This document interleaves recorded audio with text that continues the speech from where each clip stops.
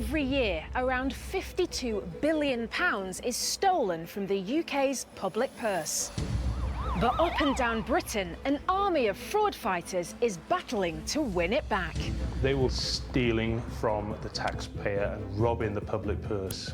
We saw a man who was living a lavish lifestyle. The money could have been used for extra doctors, extra nurses.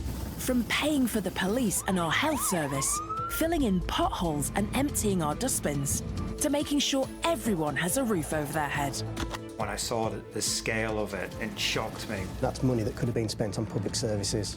The investigators' mission has never been more vital. We defrauded the system of about £1 million over 18 years. That if you treat animals like this, you'll be punished. He fabricated everything, he just made everything up. Police officers! They're completely despicable and they deserve to feel the full weight of the law. It just makes me determined to catch them, and I usually do. The fraud squad are on the case.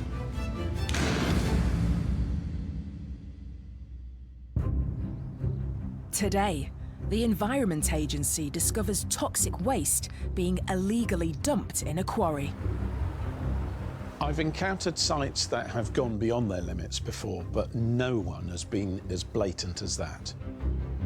It risks contaminating a major water supply, meaning a potential £15 billion bill for taxpayers.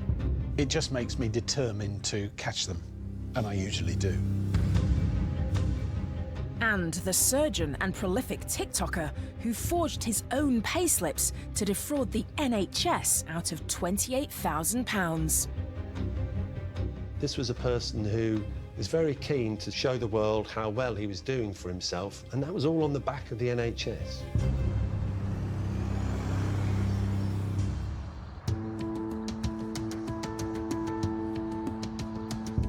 Protecting our green spaces and keeping them healthy is a vital job. Not only does it mean we can all enjoy the outdoors, but if land or waterways become polluted, the clean-up comes at an enormous cost to the public purse. And when people swerve fees and taxes by dumping illegal waste, well, it's a double hit for the taxpayer and something the Environment Agency takes very seriously. It's extremely frustrating that people care so little about anyone else or their own environment. All they're interested in is money, and they're quite happy to live in a tip. Clive Clasby is a senior environmental crime officer for the Environment Agency. The Environment Agency deals with flood defence, pollution, and advises farmers on reducing pollution, as well as policing the waste industry. Part of Clive's job is to track down the criminals who illegally dump nearly 6 million tonnes of waste every year and to stop them damaging our natural environment. The best part of my job is catching people who've done something wrong and making them pay for it. It's important to stop people committing crimes against the environment, because who wants to live in a waste tip?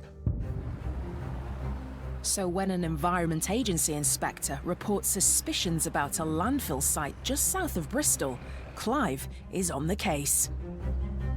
The site was a permitted site that was only permitted to take inert materials, something that cannot physically or chemically degrade.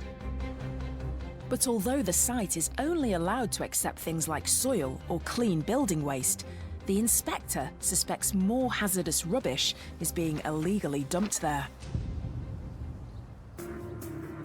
Inert materials are much less damaging to the environment than biodegradable materials, because nothing can physically or chemically come off of them, nothing can leach from them, and therefore they are seen as forming much lower risk to the environment.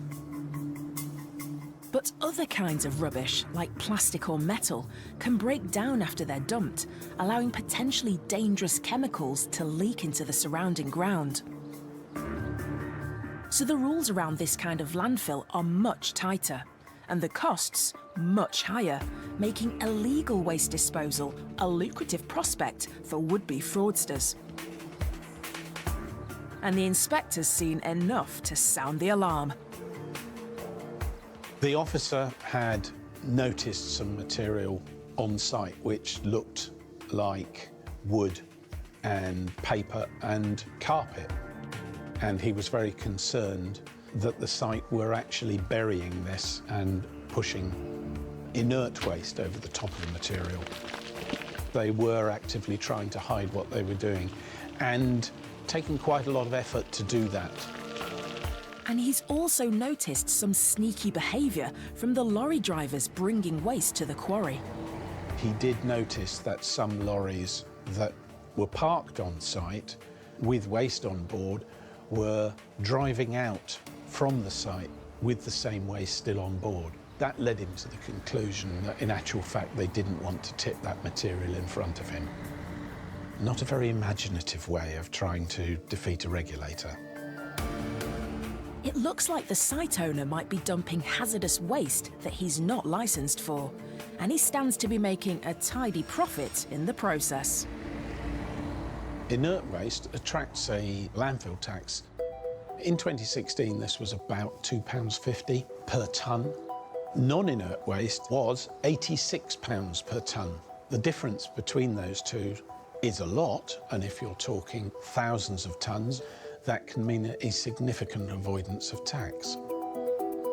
Clive is also worried about the potential damage being caused by this illegal waste tipping, especially when he finds out exactly where the site's located. The site is in a former quarry. It's a very rural location, and it's on the northern edge of the Mendips. It's close to Bristol, and it's quite close to a major water supply. It means any illegally dumped waste could have catastrophic consequences on both the surrounding area and public health. So Clive needs to act fast. When I first arrived on site, I did have an idea what to expect because I had seen people trying to hide waste previously, but I'd never seen them doing it on this scale. The first thing that gave me the hint that the site was not being run properly was the colour of the material that was being deposited. You'll see a patch of ground over here that's particularly black. I'd want to know why that is. Is it polluted? Is there oil on it? Also, these lighter grey piles, they seem inconsistent with the rest of the stuff around them. And there's things in this raised area behind that look like they might be wood. And wood, of course, isn't inert. You can see that there's some waste in here with a different type of waste being put on top of it. You'd question, why has that been put there? I believe that's probably part of a windscreen wiper. The more he looks, the more concerned Clive becomes. You can see immediately you look at this that there are multiple colours.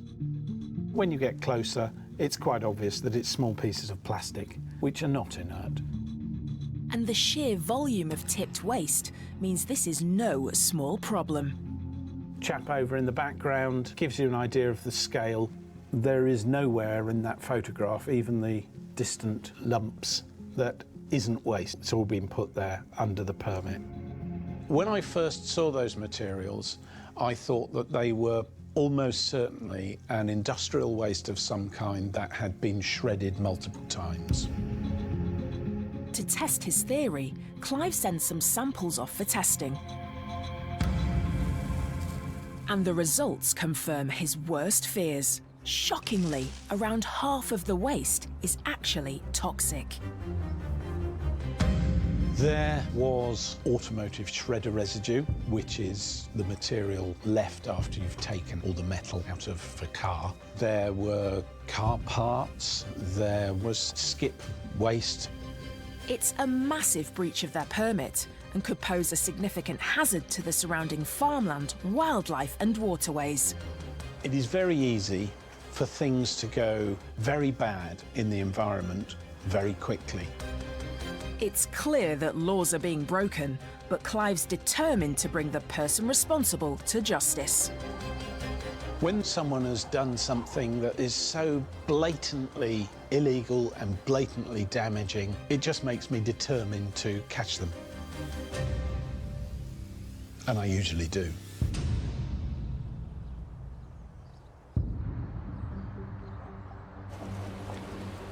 Our next case involves something we hold dear as a nation, the National Health Service. Fraud costs the NHS well over £1 billion a year. That's money that could fund more than 40,000 staff nurses or 5,000 emergency ambulances. But even more shocking, sometimes it's members of NHS staff who are willing to rob this frontline service just to line their own pockets. That's where the fraud squad steps in. Obviously, we all work hard to pay our taxes, and that money goes towards services to support the nation. And so it's important that we stop people taking money out of the system in this way. Paul Tiffin works for the NHS Counter-Fraud Authority. Cases come to our attention through a variety of ways. One is that we have an intelligence team and they receive allegations of fraud and corruption. We also do data analytical work, and also we get cases from other law enforcement agencies who pass them to us, and it's a sort of spin-off as a result of their investigations as well. But sometimes the alarm is raised from inside the NHS, as in our next case.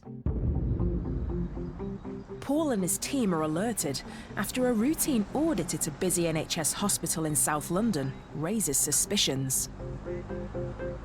The routine audit took place at Kingston Hospital in the ear, nose and throat department. And in this case, the person was a locum. A locum is one where they tend to sort of be called in. They're not a permanent member of staff within that hospital. So they're usually brought in to deal with high volume of work that's coming in, and so they need extra staff, and locums fill that need. The hospital had hired a locum consultant through an agency 6 months earlier in a bid to tackle a post-COVID backlog in the patient waiting list. But the auditor is having trouble matching the locum's timesheets with the amount of money on his pay slips. Suspicions arose when the analysis of some timesheets at the local hospital indicated there were outliers in terms of the amount of hours claimed and the actual hours worked. And when they look into the disparity in more detail, they make a worrying discovery. Initially contracted to work 45 hours, but very quickly after getting into the role, they reduced that by half to 22.5 hours a week. However, still continued to claim the full amount of hours from the agency that they were contracted to. But could it be a simple accountancy mistake? A one-off? That led to a deeper dive into the case, and as a result of that, when the auditors looked into the case, they found 29 instances of this overclaiming. And obviously, that's what alerted investigators to this being a fraud. Paul's team are tasked with investigating further. They start by looking into the consultant involved. He was male, consultant in ear, nose and throat, who lived in London in a £1.5 million flat, and from everything that we could see in social media, lived a very lavish and luxurious lifestyle. He was very active on social media, prolific posts about his specialist area of medicine. As well as his highly paid NHS job, he's got a lucrative sideline doing private work, being paid up to £170 for a single emergency call-out. He's quick to promote these services on social media, including TikTok and Instagram. And it soon becomes clear how he's found time for all this extra work. He was charging the NHS 45 hours a week, when in actual fact, he was only working half of that time. That time was actually spent running his private practice, So effectively, the NHS was subsidising his private practice and his social media work. It's a shocking discovery. This surgeon has claimed a huge sum of money for NHS hours he simply hasn't worked. Over the period of 7 months that the offender worked for the trust, they claimed for £65,000, and £28,000 of that was fraudulently obtained. But the investigation team faces an added challenge in unpicking this case and bringing the evidence before the courts. There are two elements of proof to get a case to court. One is to show that the person physically did the acts themselves, and also that they intended to do them. There was an added layer of complication, as there was a third party involved, the agency, so this meant that checks on timesheets had to be done on a sort of three-way basis, and that took time. But the laborious checks prove exactly what's been going on. The consultant might have been putting in accurate timesheets to the NHS Trust, recording 22.5 hours worked per week. But he was putting in claims for double that to the agency. Investigators were able to prove that the timesheets that the offender had submitted to the managers at the trust were different from those that he had sent to the agency. It's now blatantly clear this is no error. The consultant is committing fraud over and over again. Once the auditors started digging, they found 29 different timesheets where there were question marks around their validity. You have to remember that this is a senior consultant for the NHS in a position of high trust. And so although the amount of money isn't a large amount, it's significant given the responsibilities and the role that the person has in both the NHS and the wider community. But why was a high-earning consultant duping the NHS out of £28,000? Was he in some sort of financial trouble? Far from it. When we investigated his social media, we saw a man who was living a lavish lifestyle, living in an expensive home and going to hotels at £1,200 a night, bottles of champagne, jacuzzis, holidays in California, in a £1,250 a day treehouse. This was a person who was very keen to show the world how well he was doing for himself, and that was all on the back of the NHS. Paul's got all the evidence he needs. This social media surgeon is charged under the Fraud Act and the Forgery and Counterfeiting Act. And he doesn't score many likes in the courtroom. When the case came to court, the offender pleaded guilty and received a 24-month suspended sentence. He was suspended by the General Medical Council. Potentially, he could be struck off, lose his livelihood, and his reputation is already in tatters. This is an example of where someone can fall into the trap of fraud, and it can have a devastating impact upon them, both professionally and personally. The motivation for this was very clearly greed. This was a person who had a very well-paid job, but that wasn't enough for them. For Paul, it's a job well done, and another fraudster brought to justice. It's an excellent result, and it's an opportunity for the NHS to show that this type of behaviour will not be tolerated. We'll be hard on fraud and make sure that the money that is spent goes to where it's intended to, and not to line the pockets of fraudsters. Another case closed by the Fraud Squad.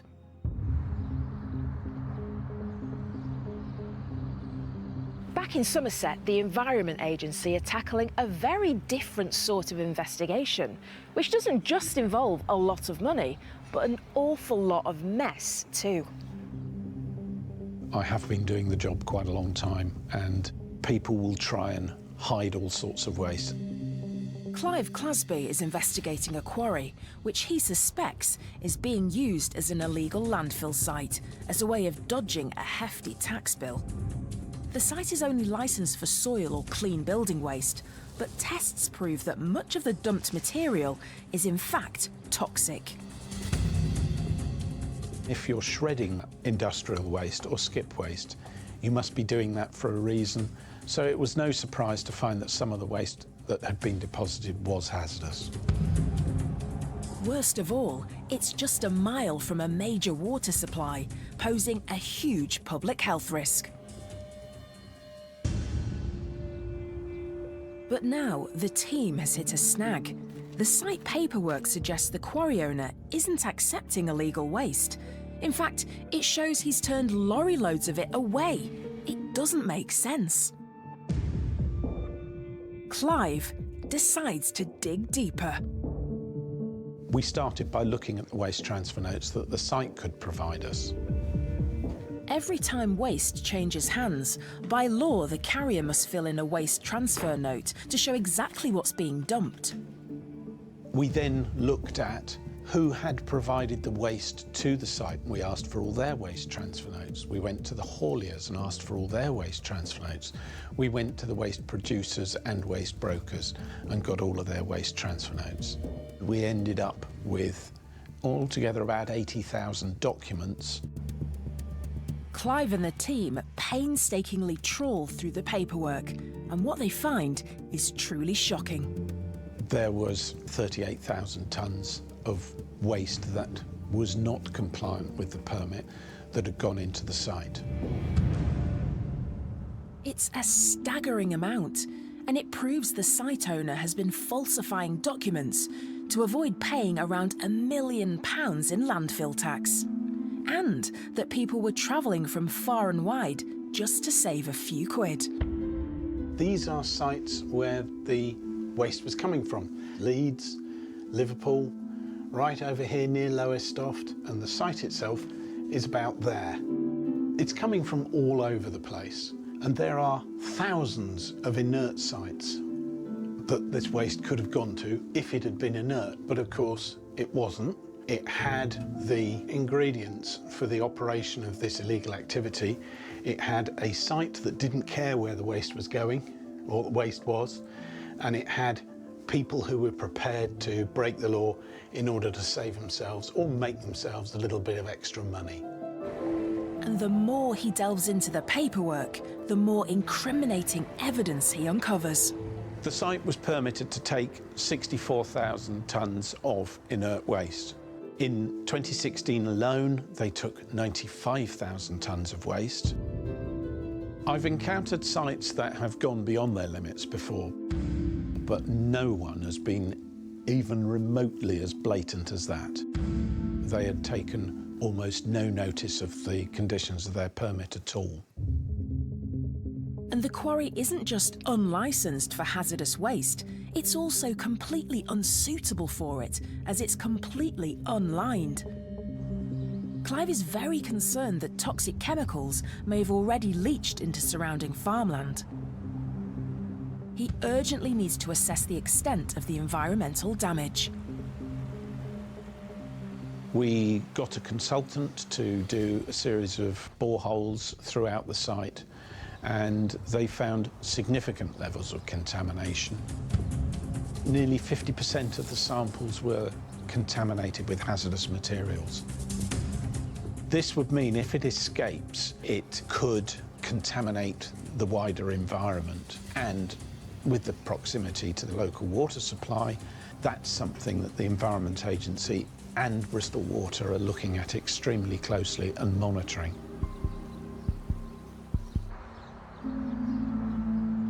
But thanks to the team's quick response, it seems the problem was caught early and stopped from entering Bristol's main water supply. So far, there hasn't been any leaks that we've detected. It's a huge relief. The cost of building a new reservoir would be in the region of £15 billion, which would come straight out of the public purse. The site owner managed to get away with it as long as he did because he was hiding the evidence, he was falsifying the documents, and he was outright lying.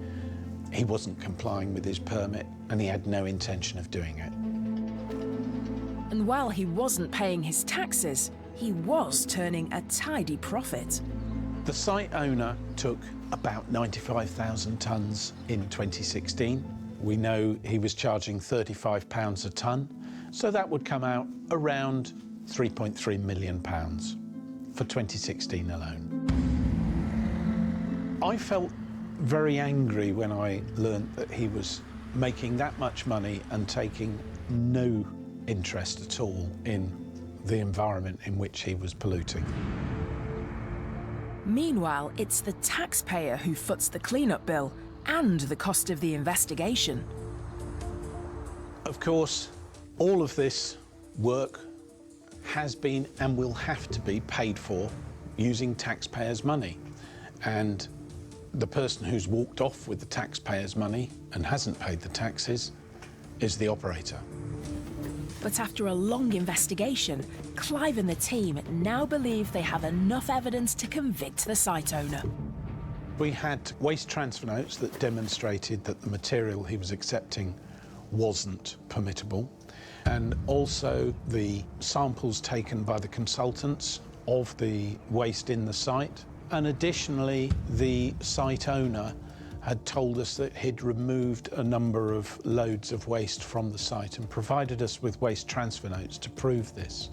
And we found out that the lorries that he'd claimed had moved the waste had trackers on them, and none of those lorries had been anywhere near the site on the days that they were supposed to collect waste and take them away. In court, faced with evidence of his lies, the site owner mounts a thin defence. The only excuse he could really come up with was that we'd taken photographs of the waste from too close and it stopped it looking like soil. If we'd stood further back, he claimed it would look like soil. This was ridiculous. And it was one of the more feeble excuses I've come across in 35 years. Eventually, he pleads guilty and is sentenced to 27 months for falsifying documents, dodging landfill tax and non-compliance with a permit. I was very pleased when we got the result. It's unusual, although not completely unknown, to have custodial sentences for environmental offences. It certainly showed that the judge took it very seriously. Apart from the custodial sentence, he was fined £72,000. And we still have a proceeds of crime case outstanding against him, in which we're aiming to recover all of his assets and a very considerable sum of money. For Clive and the team, it's the right result. The site owner thought he could get away with it because he was just blinded by greed. He doesn't care about anyone else, he only cares about his wallet. Join us next time when more criminals stealing our public money are taken on by the Fraud Squad.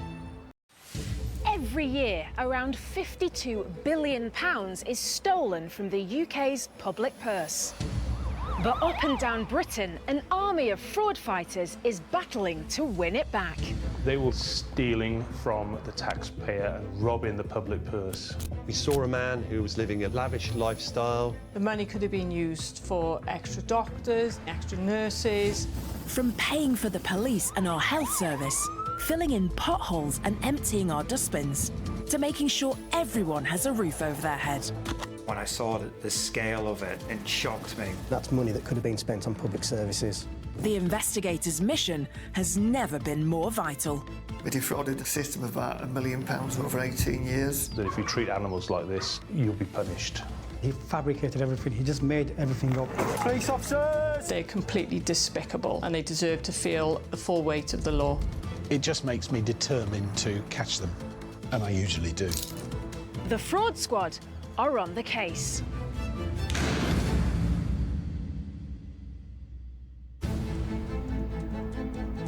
Today, the family who dodged £60,000 in income tax by turning their South Wales home into an illegal puppy farm.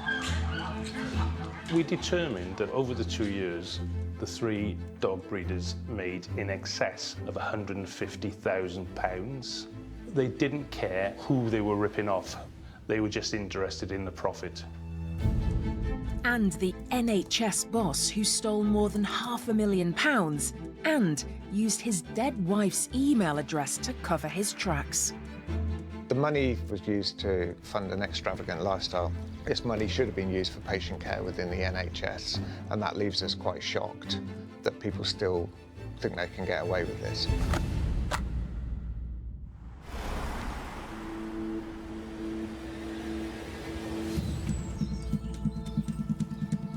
They're not just man's best friend anymore, they're everyone's best friend. Dogs are far and away the most popular pet in the UK. Almost a third of households now have a dog, with demand for puppies higher than ever. Illegal breeders have spotted the chance to make a lot of money when these unscrupulous fraudsters sacrifice the health and the welfare of animals while failing to declare their profits to the taxman. It's time to bring in the fraud squad.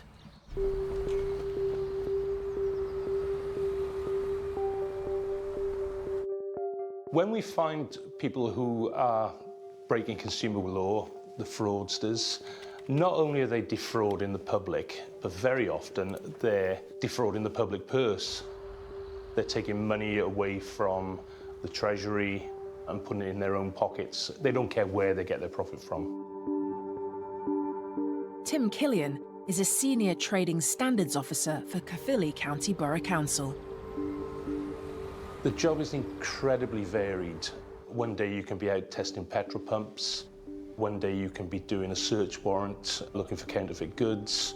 And on another day you may be visiting a farm, dealing with a welfare issue.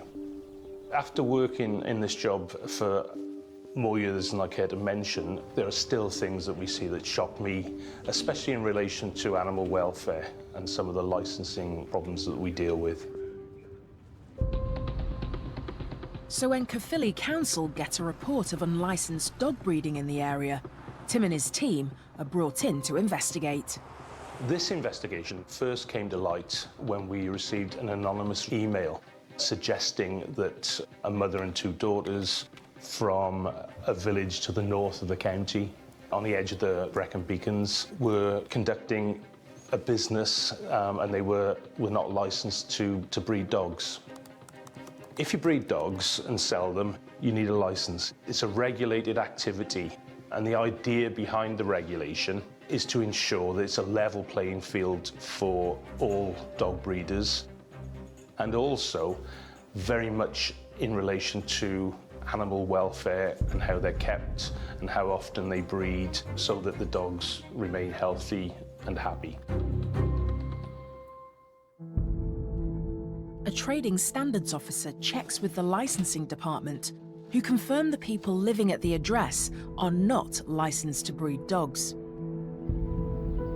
Our next step was to contact them. Quite often, people are unaware that they need a license, so it's far better to get a breeder into compliance than to, wave a big stick at them in the first instance. So the first thing we did was actually visit the premises with the intention of speaking to the occupiers and seeing whether they did need a license or not. A trading standards officer visits the house, but no one answers. She could hear that there were dogs inside. There was a bit of a smell, and she left a card asking the occupiers to contact us, which they did. The property owner rings the council just a few days later. It turns out there were 3 females involved, a mother and her 2 daughters. The mother lived abroad and told us that they had 10 dogs, weren't commercially breeding, didn't meet the conditions that they needed a license, and assured us that everything was fine. They didn't meet the criteria to get a license. Really was the end of it for us at that stage. But over the next few months, Trading Standards gets more calls about allegations of dog breeding at the house. And worryingly, the callers are reporting the animals are being kept in poor conditions. There were concerns about the cleanliness of the premises, and the further information we received was that a lot more dogs were on the premises. The investigation is reopened, and this time they're not taking the homeowner's story at face value.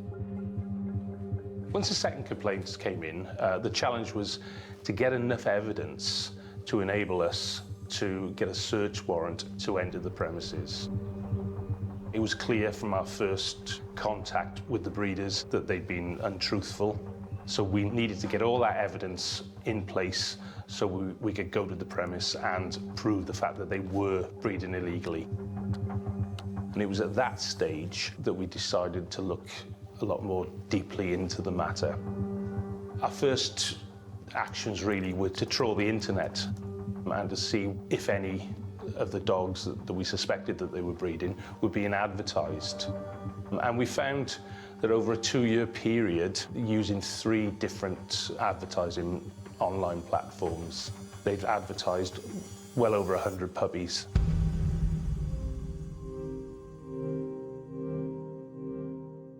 It was quite shocking to see the number of puppies that had been advertised for sale. We found over a 2-year period, almost 20 advertisements where we were pretty sure that those were 20 different litters of puppies. It seemed an amazing number. That's what you would expect from a legitimate, large-scale, professional dog breeder, not a terraced house in a little village at the north of Caerphilly. Each advert suggests the puppies are from much-loved family pets. The team decide to approach the local vets to see if the dogs are being properly registered. Our inquiries with 3 local vets showed that they'd registered 125 puppies over a 2-year period. Now, this is a huge amount of puppies to register and to sell. And it looks like they've been using a handful of different vets to avoid drawing attention to the vast number of puppies they're breeding. We also discovered there were 31 litters in those 2 years. And that's an amazing number of litters. For welfare reasons and the protection and welfare of breeding bitches, they're not allowed to be bred back to back because obviously it has an adverse effect on them, which is why we have the licensing in the first place. So with 31 litters, you would need an awful lot of breeding bitches, or, as we suspected, the breeding bitches that they did have were being maltreated and effectively overworked.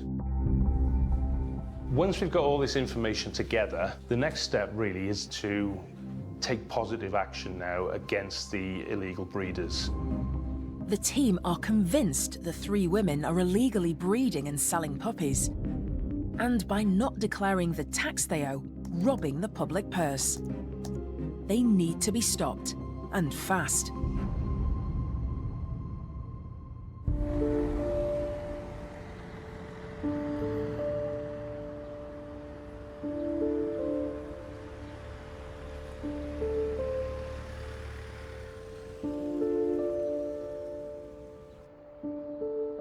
When you think of fraudsters, the National Health Service probably isn't the first target that springs to mind, and yet a shocking £1.29 billion of NHS money falls into the hands of criminals every single year. Luckily, the Health Service has its very own fraud squad to take them on. My feelings about the people that are stealing money from the NHS is that the money could be used for patient care, and we've all seen in the last few years how important that is. Clive Wyke is a senior investigator for the NHS Counter-Fraud Authority. The best bit about the job is ensuring that the money that's allocated for patient care stays within the NHS and is not diverted into people's pockets. It's 2021, and a member of the finance team at NHS Harrow notices several invoices from a private healthcare provider with an unusual name. On a hunch, he decides to take a closer look. He did some web searches and he identified that the company had no website associated with it. It was not registered with the Care Quality Commission. Because they were supposedly supplying care packages to the NHS, there's a need for them to be registered with the Care Quality Commission, who regulate and inspect companies that supply care within the UK and to the NHS. more checks reveal the company is dormant. And even more worryingly, the director appears to be married to an NHS senior manager. He was responsible for children's services, mental health and autism within the NHS trust that he worked. He was managing a team of staff, and he had a responsibility where he could sign off invoices up to the value of £50,000. And his high level of responsibility comes with an equally high paycheck.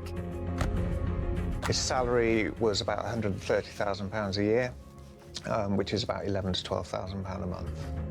The odd payments to an unregistered company ring alarm bells. Clive and his team are brought in to investigate. The next stage of the investigation was to obtain the bank accounts of the manager and his partner. We also obtained the invoices that have been supplied to the NHS. We identified 31 invoices covering an 18-month period. The value of the invoices was around £564,000. And we were able to match each of the payments from the invoices into the bank account. It's a staggering amount. More than £500,000 of NHS money has gone straight into the manager's bank account. Payment for services supposedly provided by a dormant company. It's a huge red flag and looks a lot like the manager has been approving fake invoices before paying himself huge sums of money. Here are invoices to NHS Harrow. They show the services that are alleged to have been provided and the cost to the NHS. So, for instance, this one is £35,000. This one is for £42,000 for an 84-day period. And this one is for £30,000 for a 21-day period. Next, Clive needs to check whether this company is genuine and whether it's actually provided any services to the NHS. And again, what he finds is shocking. It was not registered with HMRC. There were no details of any employees. Later checks identified that they were not actually providing the services that they say they were. And there was no declaration of interest by the offender to say that he was involved in the company. The offender was actually signing off the invoices from this company, and it was registered to his father-in-law's address. It was a fake company. Because of his senior role in the NHS, the manager has the power to sign off these fake invoices from a fake company. But why would a man in his position, on a £130,000 a year salary, need to con the NHS out of more than £500,000? It's greed. He used the money to fund an extravagant lifestyle, going on holiday to Dubai, Singapore, Hong Kong. He only flew business class. He also used the money on shopping and for the care of his pets. This money should have been used for patient care within the NHS, and that leaves us quite shocked that people still think they can get away with this. They suspect the money is being used to support his own lavish lifestyle, rather than for genuine services. And when they investigate further, they realise just how low he's been willing to go to cover his tracks. We received all of the emails sent to the NHS, and as part of this package, we identified one which was from the offender's deceased wife, who had died some 9 years previously. She was a GP, and early on it was established that he was using his dead wife's details to facilitate the fraud. And by using the prefix doctor to any email, gave authenticity to any correspondence. Someone using a deceased partner's email and details is not something that I've ever come across before. It's a sickening discovery, but the fraudster's web of deception doesn't end there. Innocent family and friends have been dragged into it as well. Not only was he using his dead wife's email address to perpetrate the fraud, he was also using the details of other family members. He used his father-in-law's address to register the company. He used his husband's details for a director of the company, and the financial team included a long-time family friend and his sister. All of these people knew nothing about the fraud against the NHS. Clive and the team now have enough evidence to bring the manager in for questioning. Police officers from Cumbria Police visited the address and arrested him and then transported him back to Carlisle Police Station, where he was interviewed by members of the NHS Counter-Fraud Authority. With the manager in custody, police search his house, seizing mobile phones and laptops. Examination of the mobile phone and laptops identified further evidence. We were able to show that all of the correspondence originated from an email address which was belonging to his dead wife. We were also able to see that he constructed the documentation on his own laptop. These are screenshots taken from the phone of the offender. We can see here that this is again from his deceased wife, and it's addressed to him at his NHS email address. And this attaches an invoice for work. And these kind of follow a pattern. They're all either from a family member or from his deceased wife, but they all were found on his phone and all come from the email address of his deceased wife. In interview, faced with overwhelming evidence, the manager admits everything. He admitted the fraud. The offender said that he needed a wee bit of extra cash. He was using it to fund a lifestyle that he didn't necessarily have. He said that he knew that it was dishonest and he did it purely for financial gain. The manager is charged with abuse of position, contrary to Section 4 of the Fraud Act. Even he admitted that he was waiting for the day to come when he would be caught. In court, the offender pleaded guilty to the offence and received 3 years and 8 months in prison. As for the £564,000 of stolen NHS money, the hunt continues. The offender had a number of assets, including a couple of houses and a large pension. Hopefully, under the Proceeds of Crime Act, we will be able to recover most, if not all, of the money that he stole. Naturally, as an organisation, we're very pleased with the result. It shows the hard work between the various teams within the NHS Counter-Fraud Authority in getting this case to trial. And for Clive, the fight against people stealing from the NHS is far from over. It sends a clear message to other people that we will investigate fraud, and where the evidence is there, we will prosecute. We're recovering the money, and eventually that will come back into the NHS to be used for the purpose it was intended.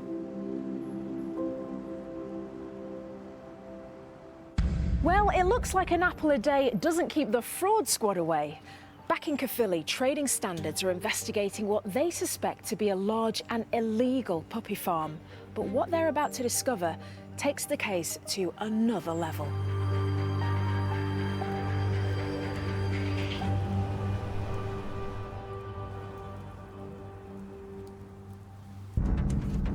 It's taken weeks of painstaking work. But the team now have the evidence they need to show the 3 women involved are breeding and selling dogs without a licence and on a massive scale.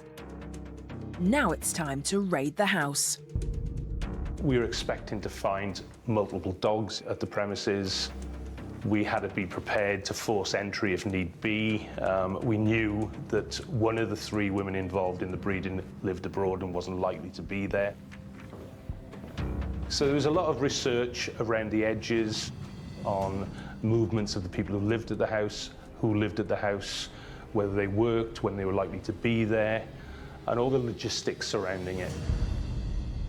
The team decide to strike early, hoping to catch at least one of the breeders at the house.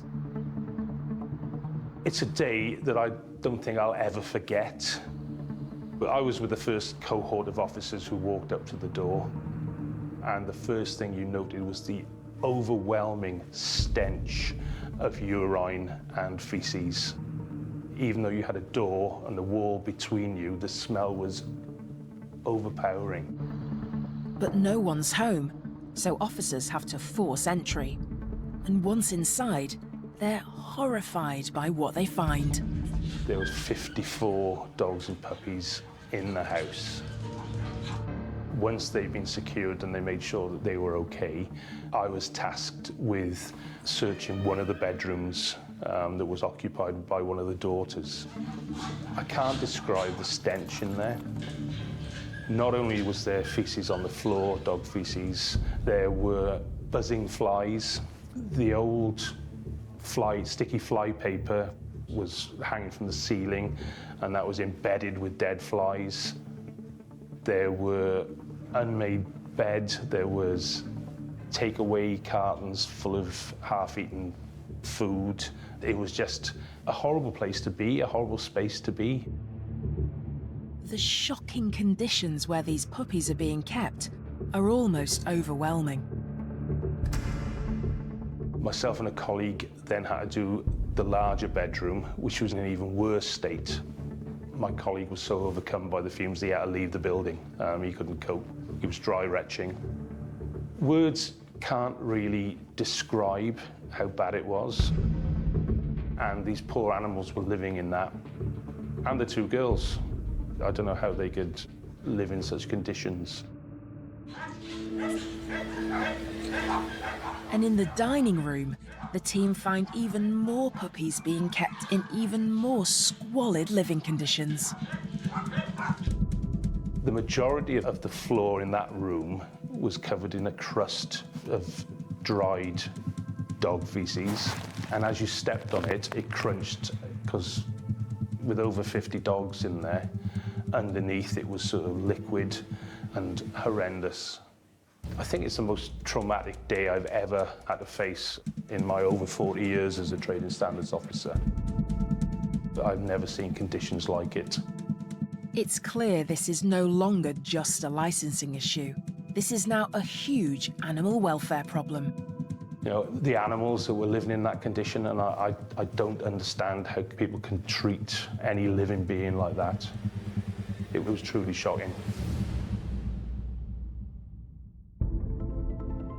With the help of the RSPCA, Tim and the team safely removed the dogs from the house and searched the property for evidence about this illegal operation. We gathered quite a substantial amount of evidence during the raid. Not only documentation that we expected to find and bank statements. We also seized their mobile phones and any laptops, computers that were in the premises. And these provided a wealth of information about how they were operating their lucrative, illegal business.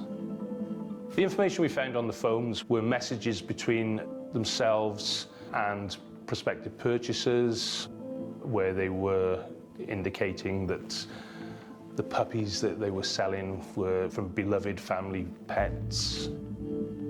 We found messages between the two daughters about keeping dogs in the house quiet because they were FaceTiming prospective purchasers. And in fact, we also discovered that the room that they used for the FaceTiming, they'd actually cleaned it. It's a shame they didn't do that for the part of the house where the puppies were living.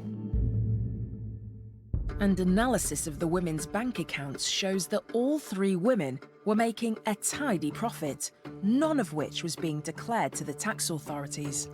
So on top of the illegal breeding and animal cruelty, they've also swindled cash out of the public purse. We determined that just over 2 years that the three dog breeders made in excess of £150,000.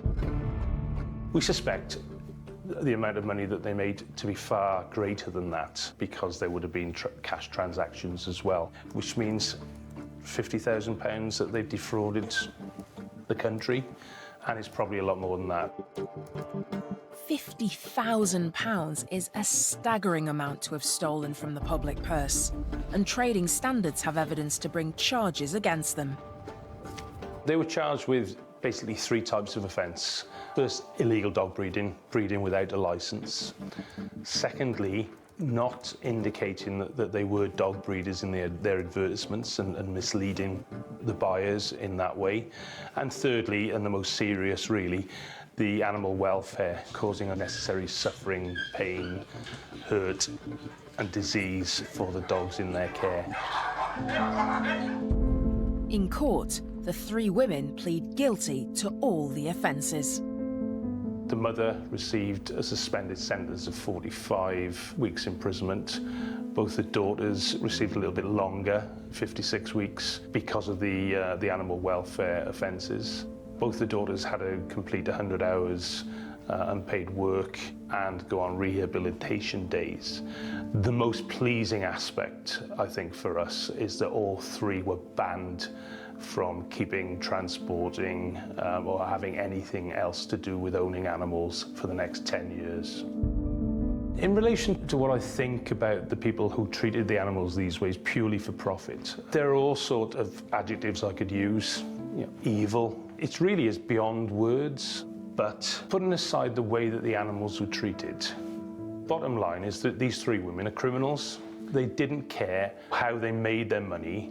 They were just interested in the profit. I think the result sends a message to those who deliberately flout the law that ripping off members of the public or the public purse.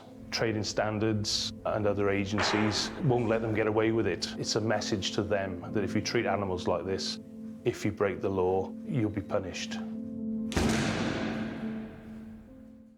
Join us next time when more criminals stealing our public money are taken on by the Fraud Squad.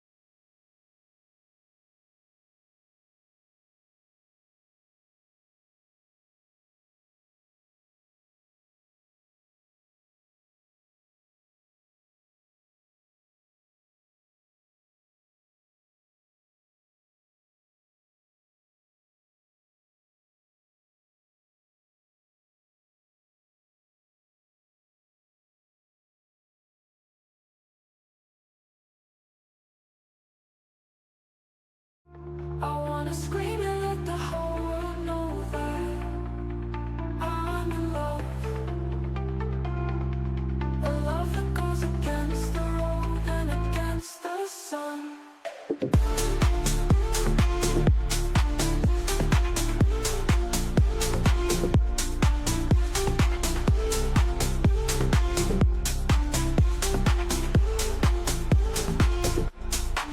I really love that it's not been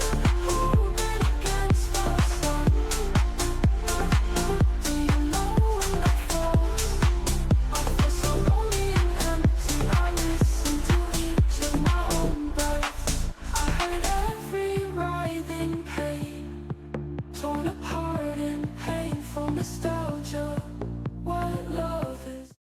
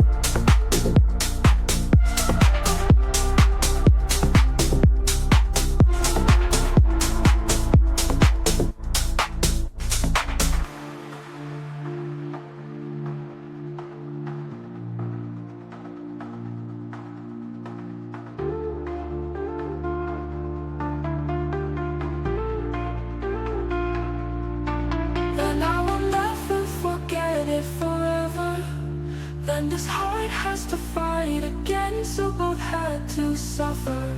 Hello, now I know what to do when nostalgia always overflows.